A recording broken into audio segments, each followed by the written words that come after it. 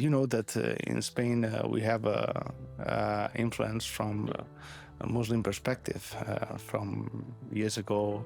I think it was 800 years. So we still mostly in Al-Andalus. We had a very great influence from the Muslim perspective. So we still have Alhambra. In Cordoba, also the mosque in Almeria. Also, you can see a lot of things from the Muslim perspective. It's nice. So, in this case, I think that we still have kind of the same values, same kind of similar mindset in some ways, and it really helps me to feel here very, very good and very adaptable to the community. Assalamu alaikum. I'm Jehan AlMahmoud, and my podcast explores one central question: how do we collaborate across cultures in a world on the move? From Riyadh, a city rapidly becoming a global crossroads, we bring together voices shaping business and investment, diplomacy, and cultural exchange. Today, I'm joined by Daniel Sanchez, an international business and investment strategist from Spain, with extensive experience across public and private sectors. His work sits at the intersection of business, government, and global collaboration, making him uniquely positioned to speak about conducting business across cultures and what it truly means to build across borders in Saudi Arabia today. Daniel, it's a pleasure to have you with us today. I'm curious to know more about your journey from Spain to Riyadh, Saudi Arabia. Can you tell us more about yourself? Of course. Thank you for inviting me today. Such a great pleasure. Well, I'm Daniel Sanchez. I'm a Spanish man, Spani, Rajol. In Spain, being here now settling here in Saudi Arabia. I consider myself right now as a well-known professional in terms of business development. And I'm born and raised in Barcelona. I don't know if you've been there, but I have not. I would love to go. Then you have to go. Yes. Yeah. So I'm very happy to be here. I lived in different countries. One of those countries, New Zealand. Years ago, I traveled a lot. So really exciting to be here and to stay in Saudi Arabia, actually. Thank you. It's a pleasure to have you in Saudi Arabia and on my podcast. So you've been in Riyadh City for how long? You're a resident here, right? Well, for me, it's since around 5 years ago. I've been back and forth, so it's quite now long time. Also, I know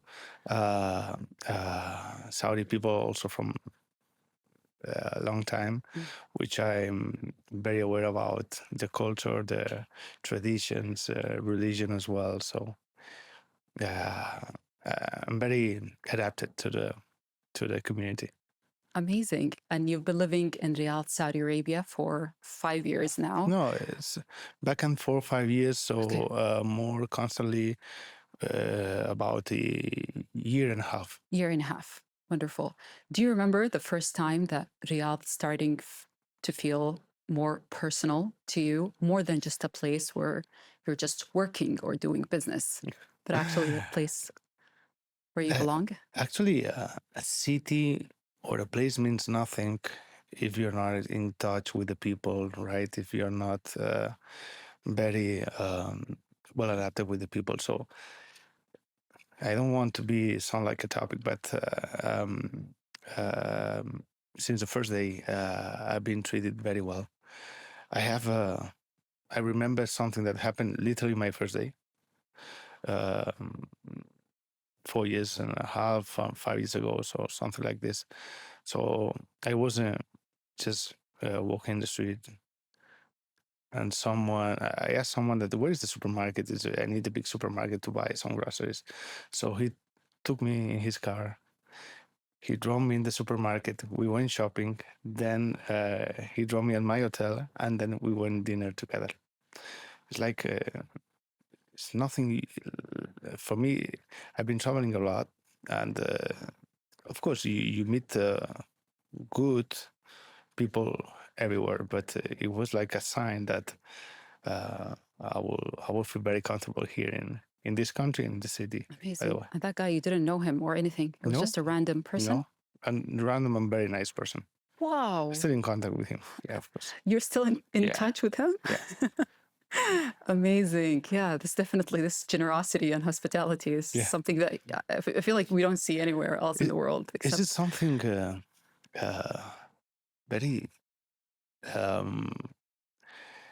something that people don't know until they come here and they see the hospitality from Middle Eastern people, but also Saudi people. Like, because here, I have to say that in Saudi Arabia, the family values, traditions are very well preserved, and I think it's how the people really feel that when you feel alone or you feel at the beginning in some place that you are not that adaptable, those values are coming up, and then the people are willing to help. Incredible. As a person from Spain, how do you think like Spanish values and people from Spain values compare to those in Saudi Arabia? Because I would imagine like it's different, like someone who's coming from the United States or in the UK versus Spain. What do you think are some of the similarities? Well, for example, I didn't know about that, but Saudi Arabia have totally diverse regions. So every region have their own personality, right? Even sometimes their own kind of dialect language. Spain is the same. You are more from the south of Spain. You have kind of a cliche of some personality. If you are from the north, people used to tell you that you are colder than the people from the south. But at the end, it's now we live in a globalized world, so those differences are the gap is every day more narrow, right? So you know that in Spain we have influence from a Muslim perspective from years ago. I think it was 6, 7, 800s, 100 years. So we still mostly in Al-Andalus. We had a very great influence from the Muslim perspective. So we still have Alhambra, in Cordoba, also the mosque, in Almeria. Also, you can see a lot of things from the Muslim perspective. It's nice. So in this case, I think that we still have kind of the same values, same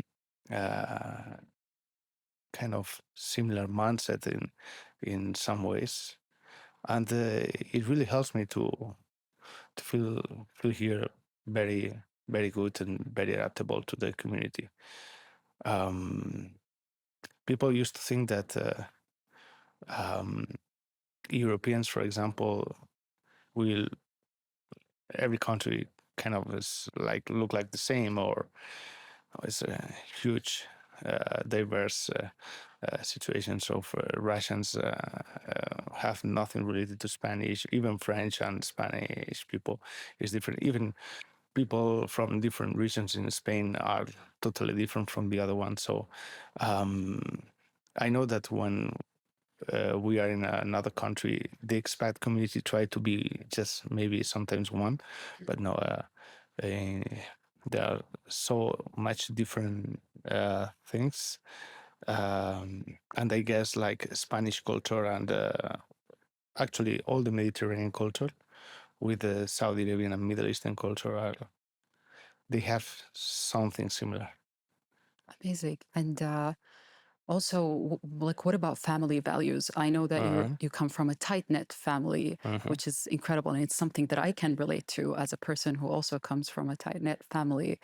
Uh, how is that like, and how has that helped you to kind of like adjust and conduct business and do all of these important things that you're doing here in Riyadh, professionally and socially? Well, family values are so important for me.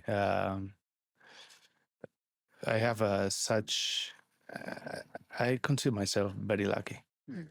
Uh, I have such an amazing family, um, friends that I also can consider in a borderline of family. I'm very lucky in all my relations. Being a family member, have family values are very important for me.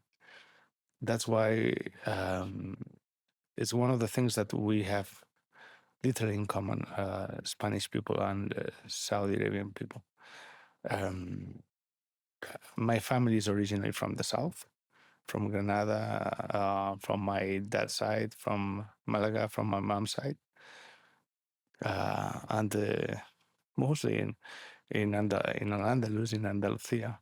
Uh, family is is very tight. I remember that even my there's something that we discussed before, right? Uh,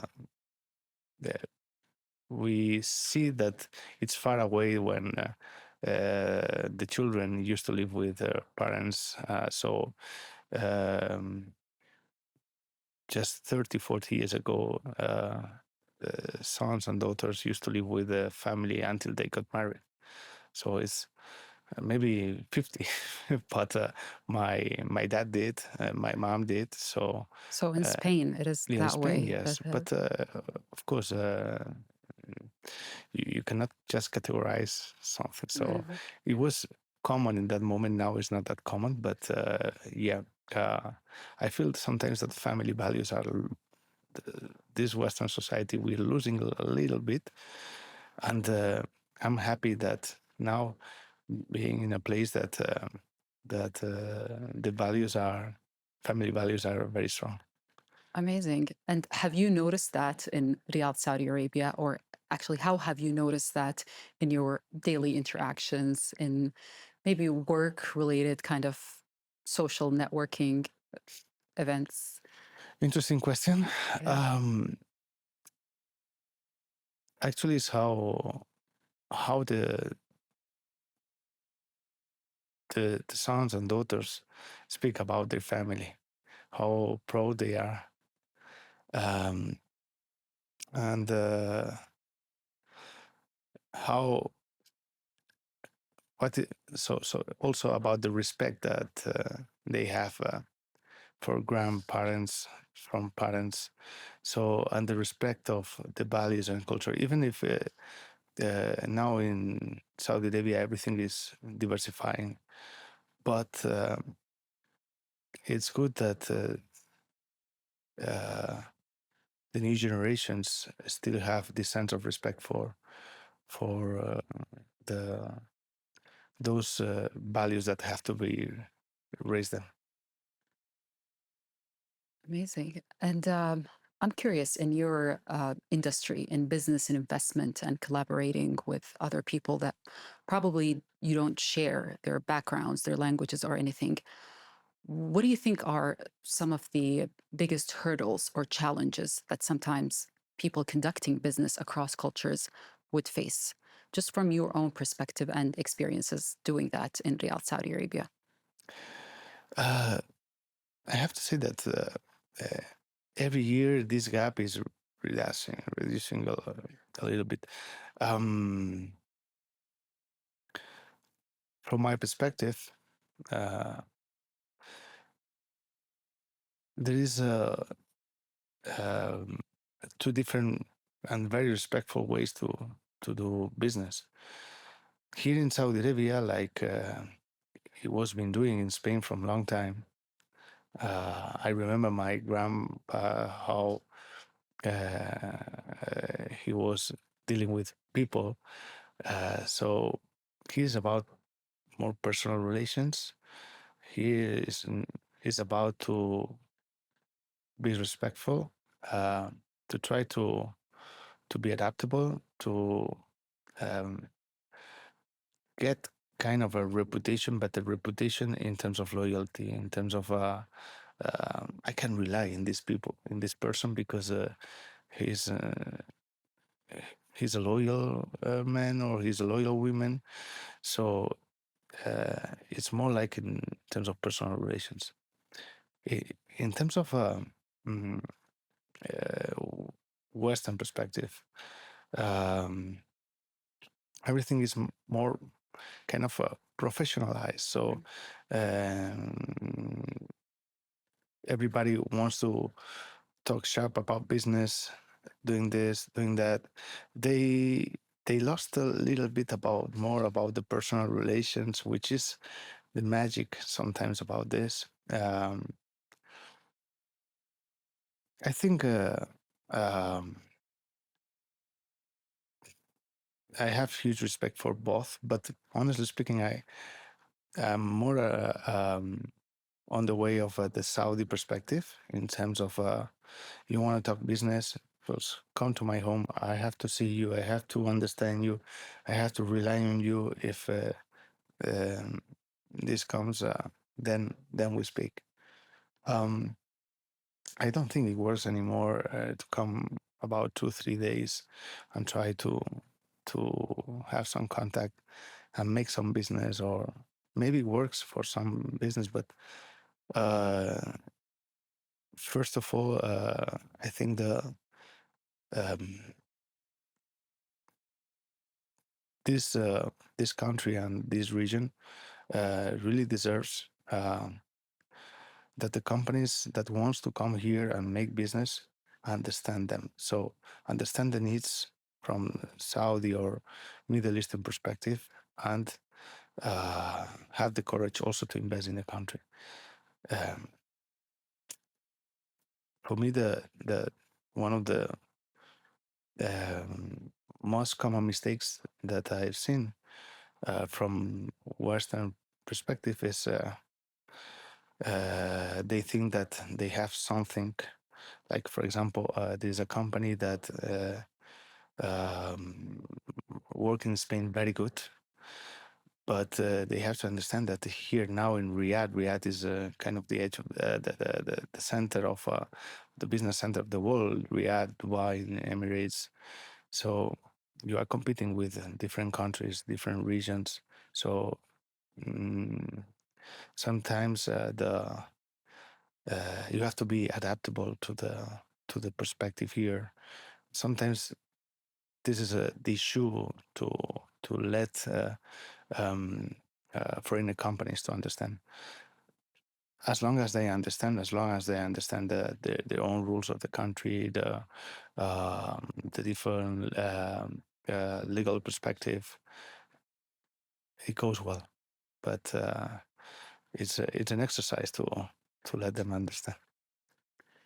So you've managed to actually succeed in an environment that is thriving and flourishing in Riyadh City. And as you've mentioned, it's a place where trust has to be built. And I'm curious to know how did you manage to succeed in that? What actually has helped you, like specific details to kind of build this kind of credibility and trust with the local community here in Riyadh City and flourish in your business and investments?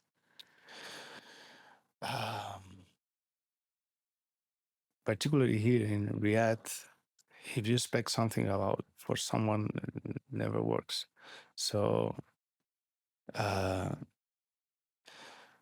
it's something that I learned from life, that you cannot expect anything about anyone. So treat everybody nice, kindly, try to be transparent, honest. And it will come directly the people to tell you, Daniel, what you have in hand, I would like to do business with you because I like your personality, and I know that you are a trustworthy person. This is something that I like. Business can come and go so very easily, but the way for me to understand the people and the culture here is to enjoy together, to enjoy them, to enjoy their families, to go play football together, to do gym together. This is, and then business will come. If you come just sharp on business, talk about business, you create an atmosphere that is very stressful, and the trust is hardly come. So you've been around and back and forth for like 5 years, and you've witnessed like Riyadh city like changing and improving in so many domains and sectors. What kind of aspects are often misunderstood about actually living in Riyadh or doing business in Riyadh? And what kind of advice would you like to give to newcomers who are interested in coming to Riyadh and in doing business business perspective here? or in both. Let's start with business perspective, and then we'll move on to social. I think we touched this already. In terms of business perspective, companies should be very adaptable here.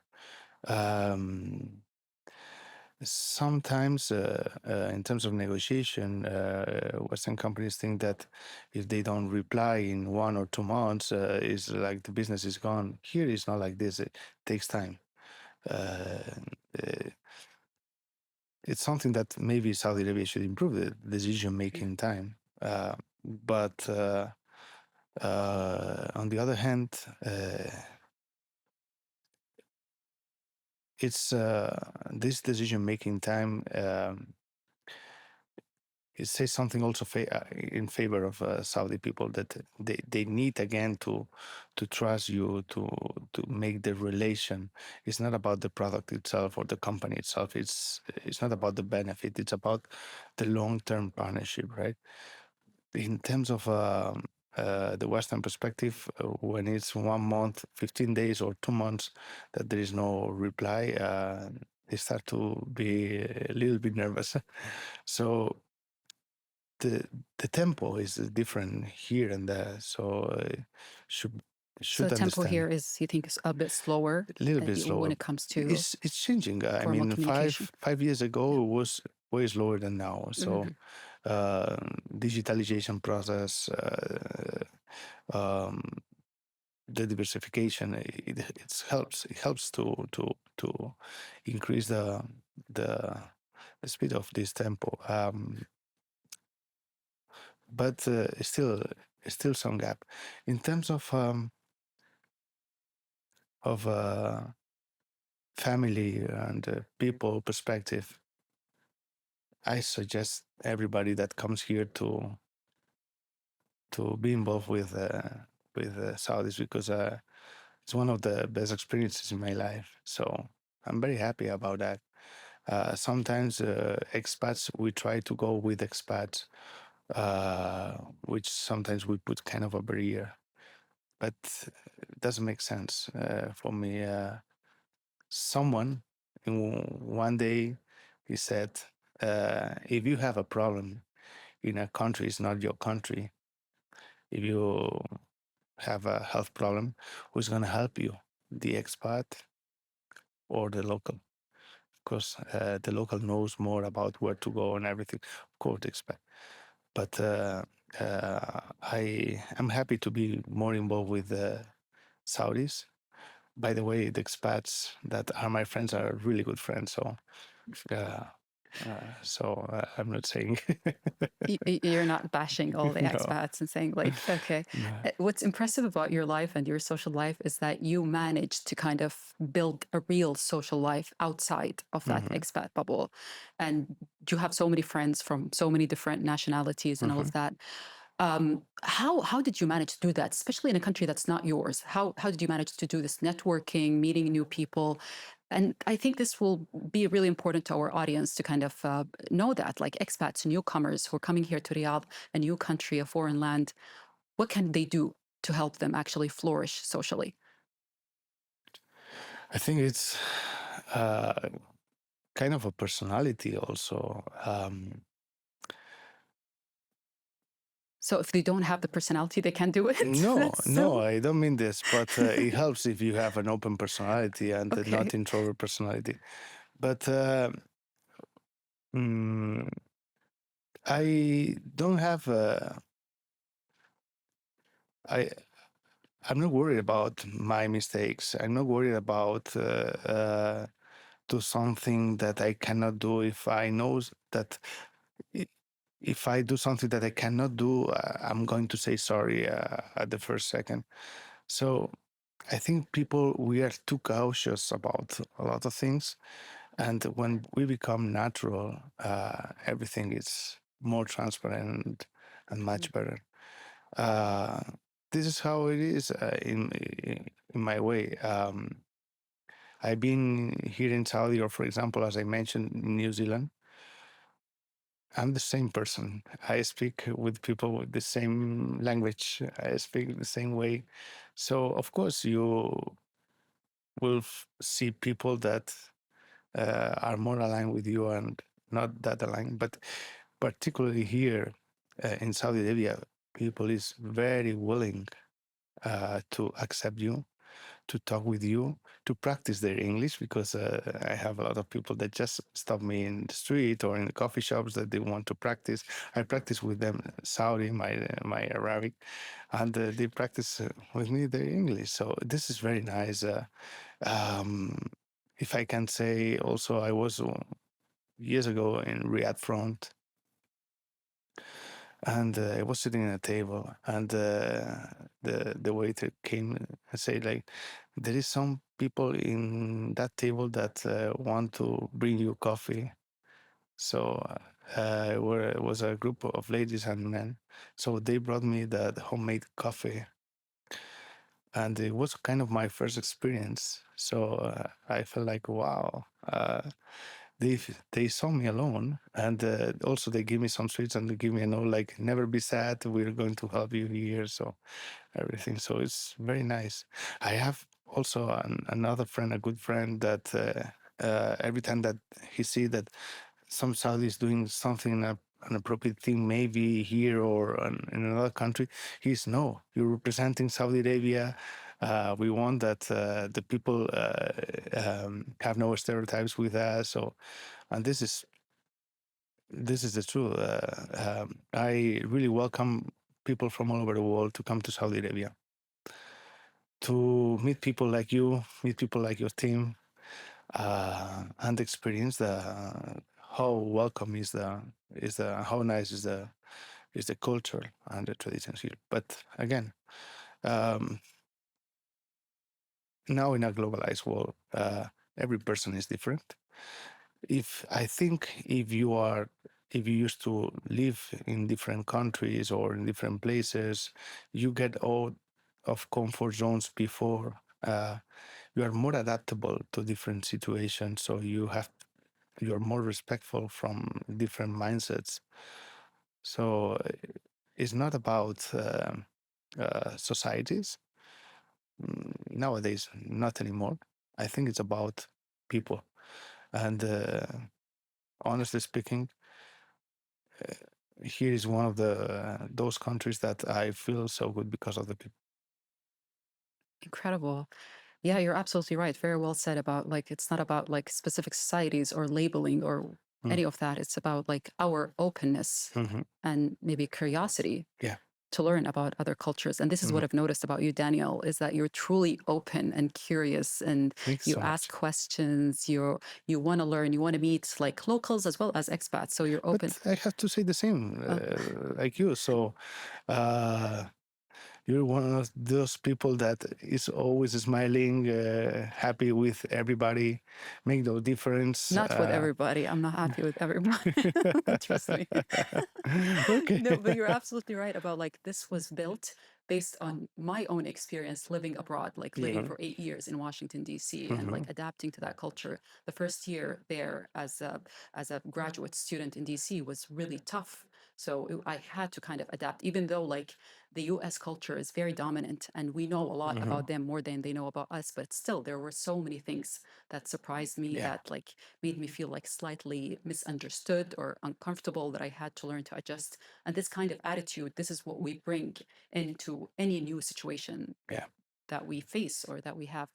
And yeah, you're absolutely like you're very open and curious. And one thing that you did is you learned Arabic. Yeah. Like you attempted to that. A lot of Oh, other expats did not. imagine I'm going to some gym here, and there are a lot of people in the gym, particularly one person that used to sit with me every day, and Sing with you. yeah, Okay. like sit with me, and try to speak Arabic with him. Um, he was a little bit forcing me to, okay, every day we're gonna learn this, and the next day we're gonna learn that. What kind of songs? Arabic songs? No, not songs. I mean, by the book. So, for Okay. example, there is how to ask for something like for kawa, for this, or order, or how to pay, or so he told me how to say it, and so because I at the time I was learning Fusha, and he said no, you have to change and switch it to Saudi Arabic. You are in Saudi Arabia, you have to learn Saudi Learn Arabic the because Saudi dialect. yeah, because actually it's slightly, not slightly, more than slightly different, the dialect and Fusha. Right, absolutely. It is a derivation from the standard, but Yeah. yeah, there are differences for sure. Have you noticed that speaking Arabic has helped you maybe connect even informally with some people, or like knowing the words like inshallah, alhamdulillah, like has Alhamdulillah. that? What Naam. else? Tell us Yeah. what other words? Yeah. No, I know a lot, but I still haven't. I still am not fluent in Arabic. I can read and write, Amazing. but not fluent. I wish I can do it in the future. Um when my life comes a little bit relaxed, a little bit more relaxed, I will be more focused in terms of the language. So here I say sorry to my Saudi friends because at that time I should be fluent in Arabic, but I That's still totally fine. can't. Do you feel like it impacted your life that you don't speak Arabic here in Riyadh, No, Saudi Arabia? no. Every if you make the effort to do something like to learn Arabic, people will truly appreciate it. Um it's kind of a message that you say that uh, I'm willing to be here for a long time. I want to be here. I want to adapt also to your needs. You don't have to adapt 100% to my needs. So it's a sure communication, sure friendship, and a sure relation. So uh, I imagine if someone comes to Spain to live, I expect this person can speak English, Spanish in not in few months, but maybe in 1 year. So at least something, right, to communicate. And people do that. So I'm trying to do the same, but it's a little bit hard. You're so busy, Daniel. So we No, totally no, it's not understand. that busy. It's Well, I'm not that intelligent. as a linguist, I promise you, we will make time for you. We'll do like a Okay. timetabling kind of thing Yeah. where we're going to ensure that you learn Please. Arabic, Daniel. Please. Don't worry about it. Yeah. So now Riyadh is preparing for major milestones that are coming up, including like Expo 2030, FIFA World Cup 2034, among many other milestones. From your experience living in Riyadh, Saudi Arabia, what do you think like one clear like habit or etiquette kind of like or a formality that you've learned that you think that other expats and internationals should know about Riyadh that makes it unique? Well, those kind of projects that now we're having here in Riyadh. In terms of business, we're not having, you could say Emirates a little bit. Qatar used to with the World Cup, but projects like NEOM, Kedeya, Dereya, Trojina, uh, all the development like King Salman Park here, uh, different neighborhoods development, Nimraba, um, all the development in Dammam, in Khobar, in all the economic cities. Uh, it's maybe it's not now because I heard something that the news says it's not maybe in the path that in the tempo that we expected, but it's gonna be. And let me say something also for all these projects. I've heard a lot of criticize about either NEOM or other projects. Saudi Arabia is taking the step to do something that will change the paradigm of the society. So it's taking the risk, and the countries will take the reference from Saudi Arabia in terms of when those projects comes up, right? So they will have an example. So always the first step in personal life, in corporate life, in every aspect in the society. Sometimes we have to be accepted in about the critics that some people make. But I think Saudi Arabia is truly inspiring this moment of history. I'm here very happy because I'm feeling that I'm part of history, witnessing history. It's a truly change of the paradigm in this, not in this society, in the world. And I think what we have to do instead of criticize is to really help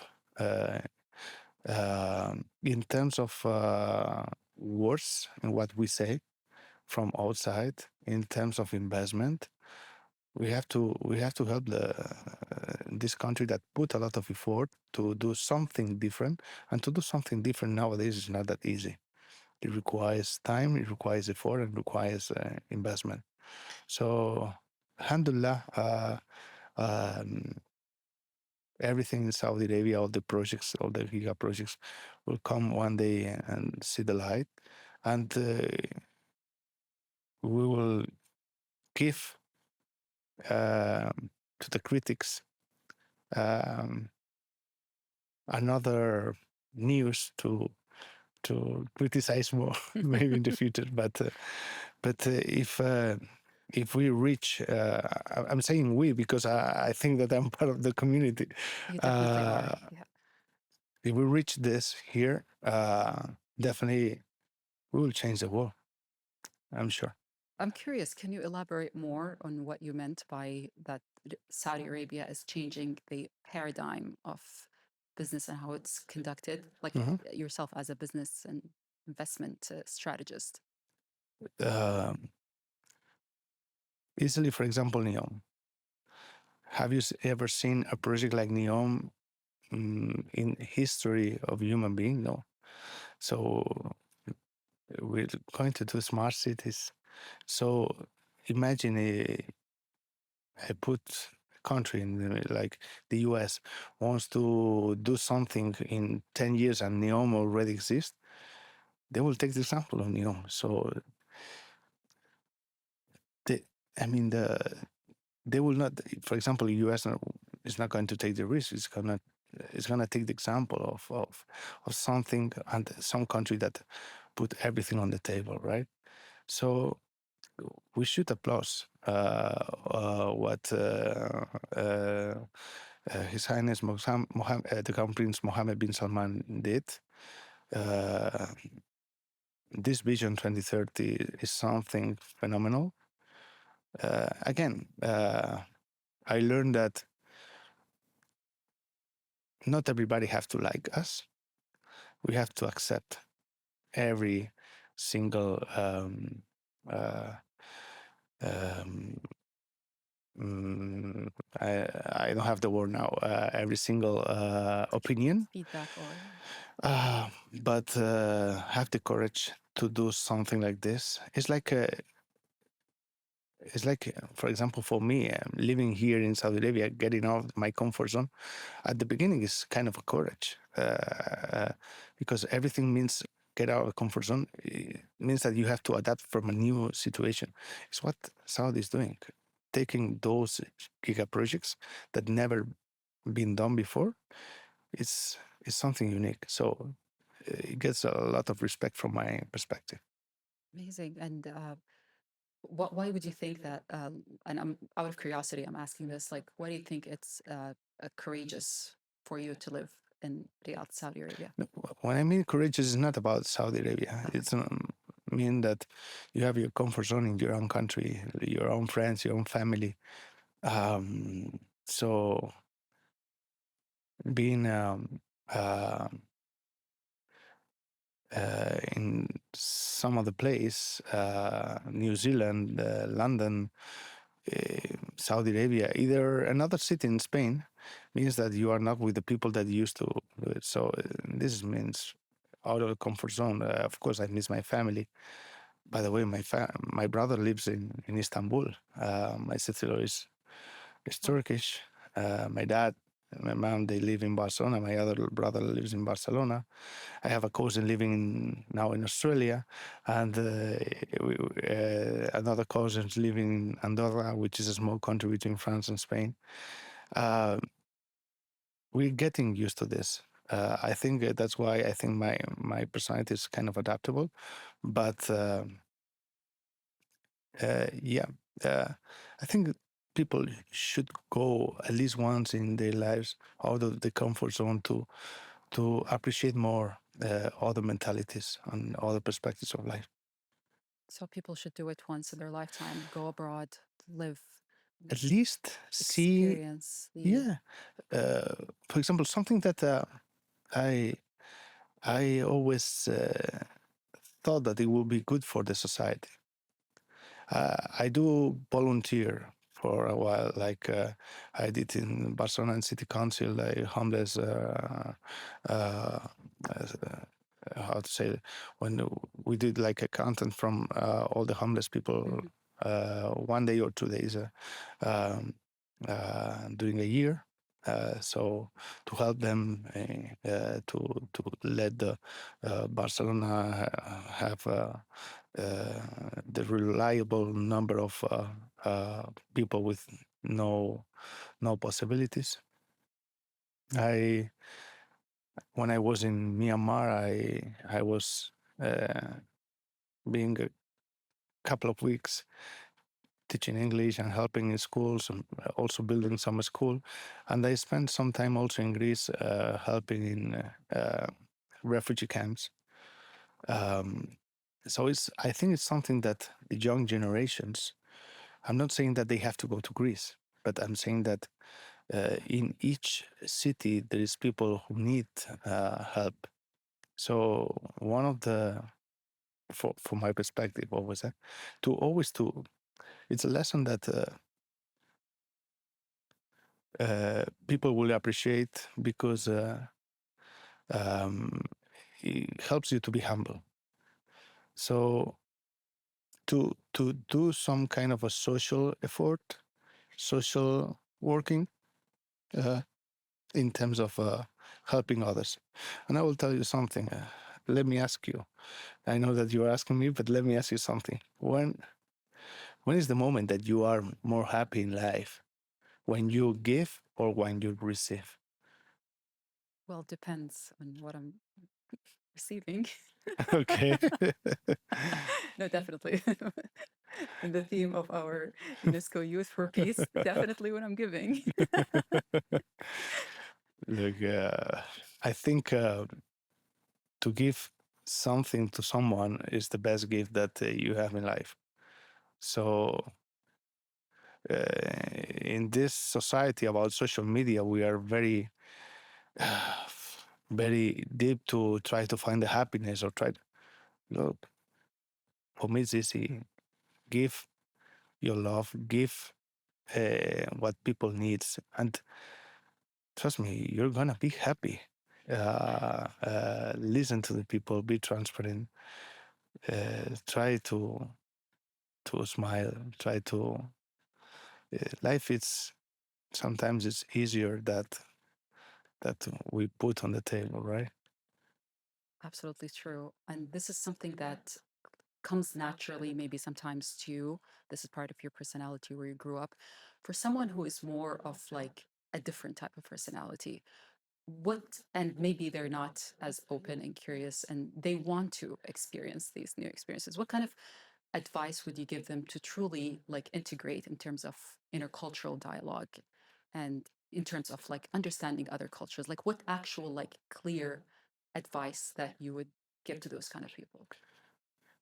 Look, when I was 18 years old, I was very introvert, very introvert. Yes. I would Uh, have never guessed, Daniel. That's wild. uh, the personality is being made by the experience. So come, try to get in touch with the people every day, every day, every day, and you will see how in 1 year you will think, oh, the I would say just my name, but the Daniel that left Spain is not the same that the Daniel that comes now. So personality is based on your experience. Of course, there are family uh, uh, things that are in common with your dad or your mom, but mostly it's about your experience. Your decisions are made by your experience, previous experience. So come here, no expectations, or come to other country, no expectations, and try to talk with the people, be in touch. Um, it's not that difficult. Just put your fears aside and try to be open a little bit to the world. Wow. Beautifully said. Come with no No expectations. expectations. So that way you're open to this. Because when you have expectations, uh, it comes a time, comes a moment that someone, how to say, I mean, I forgot the word in English, like um, makes you down because you expect something and Disappoint you? disappoint you, right? Yeah. So if If you you have have no no expectation. expectations, no one disappoint you. So if something goes wrong, it's okay. You have just to accept it and go for the other point. So people make mistakes. Not try not to take this anger and keep it to so much. Just sometimes there is only one thing in life that we cannot solve, which is health. When we are sick, but the other things that everything is solved. Forgive every friend, every family member, even if they did wrong or right, and try to be happy. That's all. And I believe that this exact mindset and attitude is also helpful in how we conduct business Mm. as leaders in our industries, is to also be open and, sometimes lower your expectations of things and of other people. Look, in business, sometimes when you're involved in projects, there is too much pressure in certain moments. So you can say something that you don't want to say. Uh, you can even do something that you don't want to do. Uh, as long as uh, you have to think 5 times before you say something, and as long as you're calm, cautious, Try to be polite. Business is always good. Emotionally, when it comes to emotions, you can lose a business in 1 second. Try to be calm. Even if you are angry, go take a walk. Call your dad or your mom. Go with your friend, take a coffee, and then come back. And it's the same in business. It's the same in family relations, friends relations. Um, I have a friend that told me that mm, there is people that knows about your birthday. There are friends that knows about your birthday, and there are friends that knows if you need something, they come. Both friends are needed. It doesn't mean that one friend is better than the other one, right? So again, every disappointment for me comes if you have expectations. So lower your expectations, you're gonna be happy. Beautifully said. Absolutely. And this is really important advice for also both like Saudis and expats, to be Mm-hmm. honest, when dealing, especially cross culturally, because this is where sometimes, unfortunately, misunderstandings happen. And as you've mentioned about Spain and Saudi Arabia being huge and having different regions, and also Mm-hmm. like there are differences within Saudi Arabia, within the different regions that we have to learn about people, Mm-hmm. how they do that, like in the Western So region or Eastern region or South.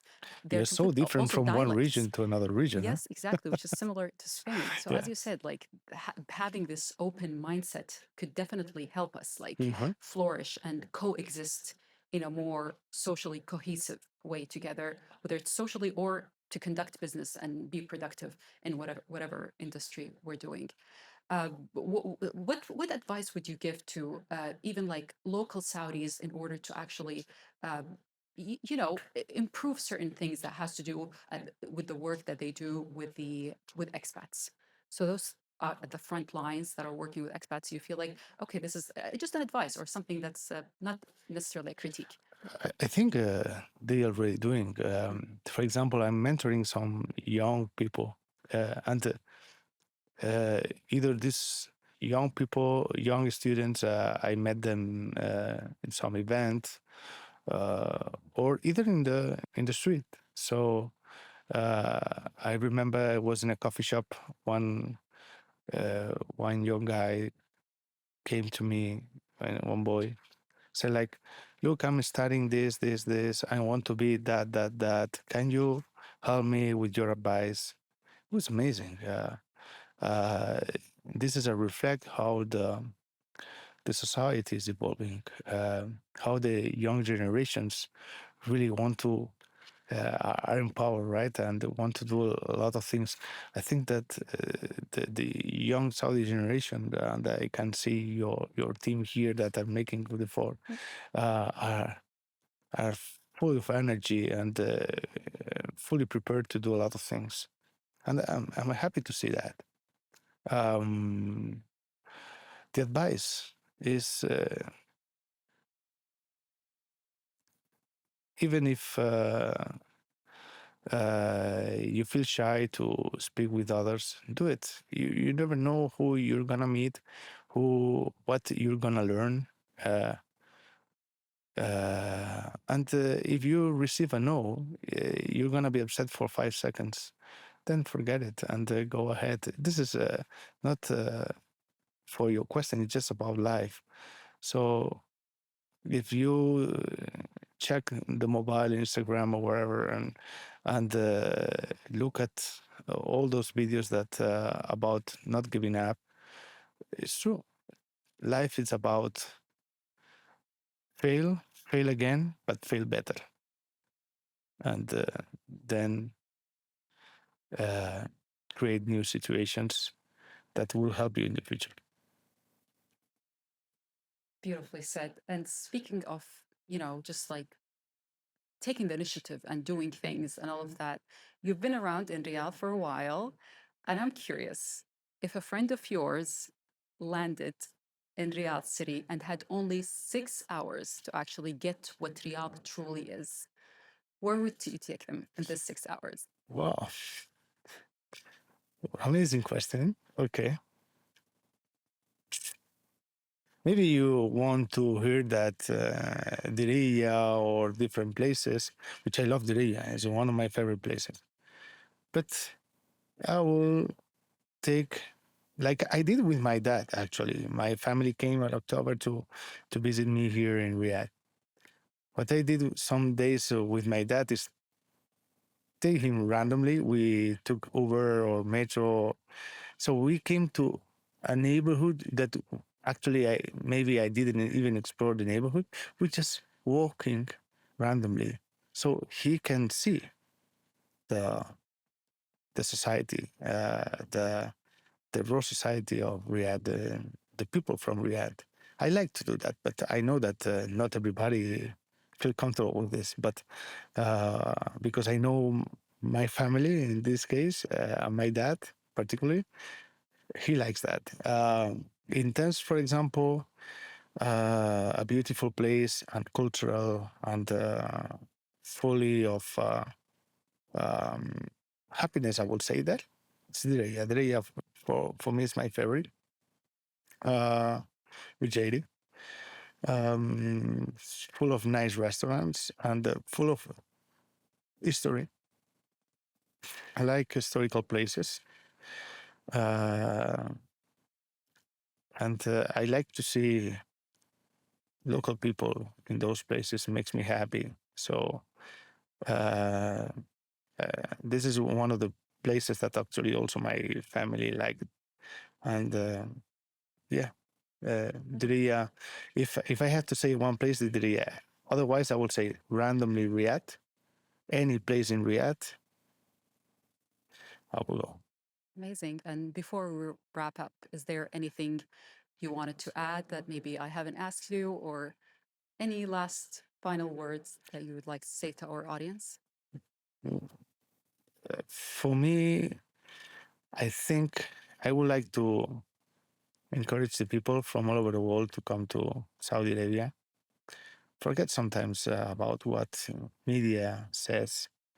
Actually, there's some media that they never experienced Riyadh here.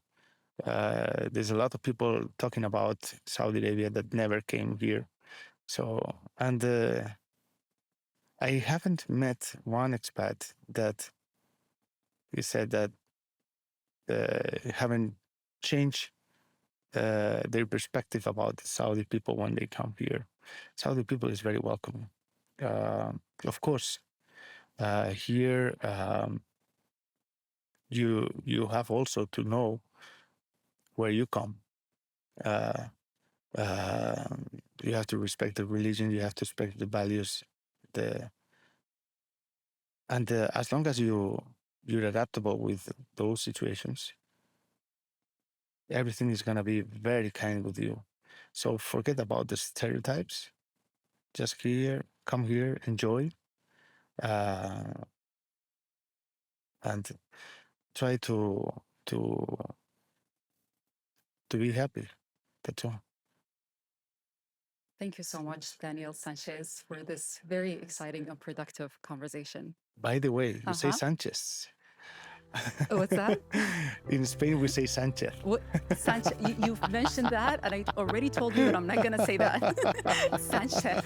Is that correct? That's good. Sanchez. That's correct. That's correct. But it's so nice. It's so nice. I'm very happy when I hear that. Thank you so much. Really appreciate it. Thank you.